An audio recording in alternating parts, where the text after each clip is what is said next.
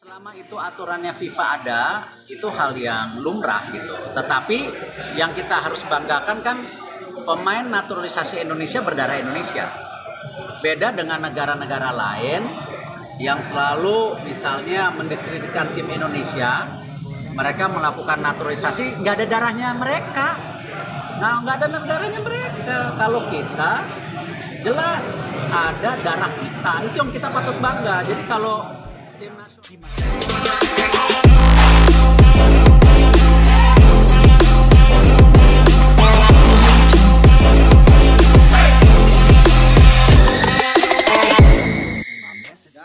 saya akan berbicara kali ini tentang pemain-pemain Indonesia atau tim nasional kita yang khusus untuk grade A yang sampai saat ini juga masih menjadi tanda tanya siapa yang akan dipanggil oleh PSSI akan dinaturalisasi untuk bisa memperkuat tim nasional senior. Ini pemain-pemain grade A yang harus ada paling tidak 3-4 pemain lah untuk bisa ditampilkan sehingga peluang kita untuk bersaing di Piala Dunia itu sangat terbuka atau di Piala Asia yang 4 pemain keturunan siap dinaturalisasi.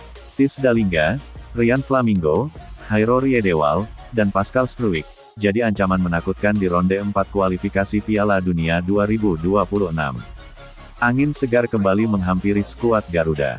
4 nama pemain keturunan yang bermain di Eropa disebut siap melakukan proses naturalisasi untuk memperkuat timnas Indonesia dalam menghadapi babak keempat kualifikasi Piala Dunia 2026 zona Asia. Mereka adalah Tis Dalingga, Rian Flamingo, Hairo Riedewald, dan Pascal Struijk. Keempat pemain ini diyakini akan menambah kedalaman dan kualitas skuad Indonesia secara signifikan dalam menghadapi lawan-lawan kuat di babak berikutnya. Langkah ini merupakan bagian dari strategi besar yang dirancang PSSI bersama pelatih kepala Patrick Kluivert dan Ketua Umum Erick Thohir.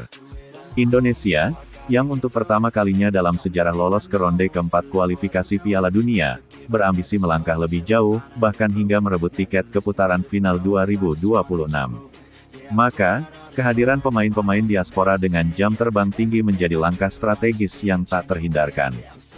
Keempat pemain yang disebut tengah dalam proses administrasi ini bukan nama sembarangan. Mereka tampil reguler di liga-liga top Eropa dan telah menunjukkan performa yang solid dalam beberapa musim terakhir. Tis Dalingga, penyerang tajam berusia 24 tahun, menjadi salah satu pemain kunci Toulouse di Ligue 1 Prancis. Musim lalu ia mencetak 2 digit gol dan kerap menjadi pembeda saat timnya mengalami kebuntuan. Dengan postur ideal dan ketajaman di kotak penalti, Dalingga digadang-gadang menjadi opsi serangan yang sangat dibutuhkan timnas, apalagi di fase ronde keempat yang akan mempertemukan Indonesia dengan lawan kelas atas seperti Qatar, Arab Saudi hingga Iran. Sementara itu, Rian Flamingo, bek tengah muda berdarah Belanda Indonesia, tampil solid di Liga Belanda bersama Sparta Rotterdam. Dikenal sebagai sosok bertahan yang disiplin dan cerdas membaca permainan, Flamingo sangat cocok untuk formasi 3 atau 4 bek yang kerap digunakan oleh Patrick Kluivert.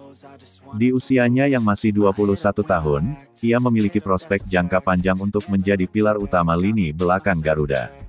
Kemudian ada Hairo Riedewald, gelandang serba bisa milik Crystal Palace yang sudah mencatatkan lebih dari 100 penampilan di Premier League. Meski sempat memperkuat timnas muda Belanda, statusnya masih memungkinkan untuk beralih kewarganegaraan karena belum pernah bermain di level senior FIFA. Kehadirannya akan menambah variasi di lini tengah, terutama dengan kemampuannya bermain sebagai gelandang bertahan maupun bek tengah jika dibutuhkan. Pengalaman dan kepemimpinannya akan menjadi aset tak ternilai bagi timnas yang mayoritas diisi pemain muda. Nama terakhir yang tak kalah penting adalah Pascal Struijk, bek tangguh milik Leeds United yang sebelumnya juga sempat masuk radar timnas Belanda. Struijk dikenal sebagai bek tengah modern dengan kemampuan duel udara yang kuat, distribusi bola yang baik, dan ketenangan di bawah tekanan. Ia disebut-sebut sebagai pengganti ideal untuk Jordi Amat yang memasuki usia kepala 3. Masuknya Indonesia ke babak keempat kualifikasi Piala Dunia zona Asia merupakan pencapaian besar, namun juga menjadi tantangan luar biasa.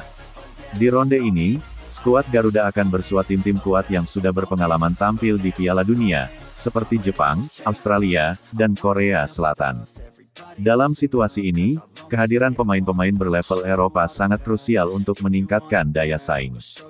Proses naturalisasi keempat pemain tersebut dikabarkan telah masuk tahap final. Beberapa sumber menyebut dokumen telah lengkap dan tengah menunggu persetujuan resmi dari Presiden Republik Indonesia. Jika semuanya berjalan lancar, keempatnya bisa langsung bergabung dalam pemusatan latihan akhir September sebelum pertandingan perdana ronde keempat digelar pada Oktober. PSSI sendiri tampak sangat serius menyiapkan proses ini. Tim hukum, departemen teknis, dan tim administrasi federasi disebut bekerja ekstra untuk mempercepat semua kebutuhan administratif. Dukungan dari pemerintah juga disebut sangat positif, mengingat urgensi membentuk tim yang kompetitif dalam menghadapi babak paling menantang sepanjang sejarah sepak bola Indonesia. Strategi PSSI kali ini tampaknya berfokus pada keseimbangan antara talenta muda yang sudah teruji dengan tambahan kualitas dari pemain diaspora. Di skuad saat ini sudah ada beberapa pemain keturunan seperti Rafael Struwijk, Justin Buchner, Sain Patinama, dan Ivar Jenner. Namun untuk bisa bersaing di level tertinggi Asia, dibutuhkan tambahan kekuatan yang lebih matang dan berpengalaman seperti Dalinga dan Riedewald. Kombinasi pemain-pemain ini nantinya diharapkan bisa memberi warna baru dalam taktik Patrick Kluivert. Pelatih asal Belanda itu dikenal fleksibel dan bisa menyesuaikan skema permainan berdasarkan komposisi skuad. Dengan tambahan 4 pemain ini, opsi permainan bisa semakin bervariasi, baik bertahan rapat,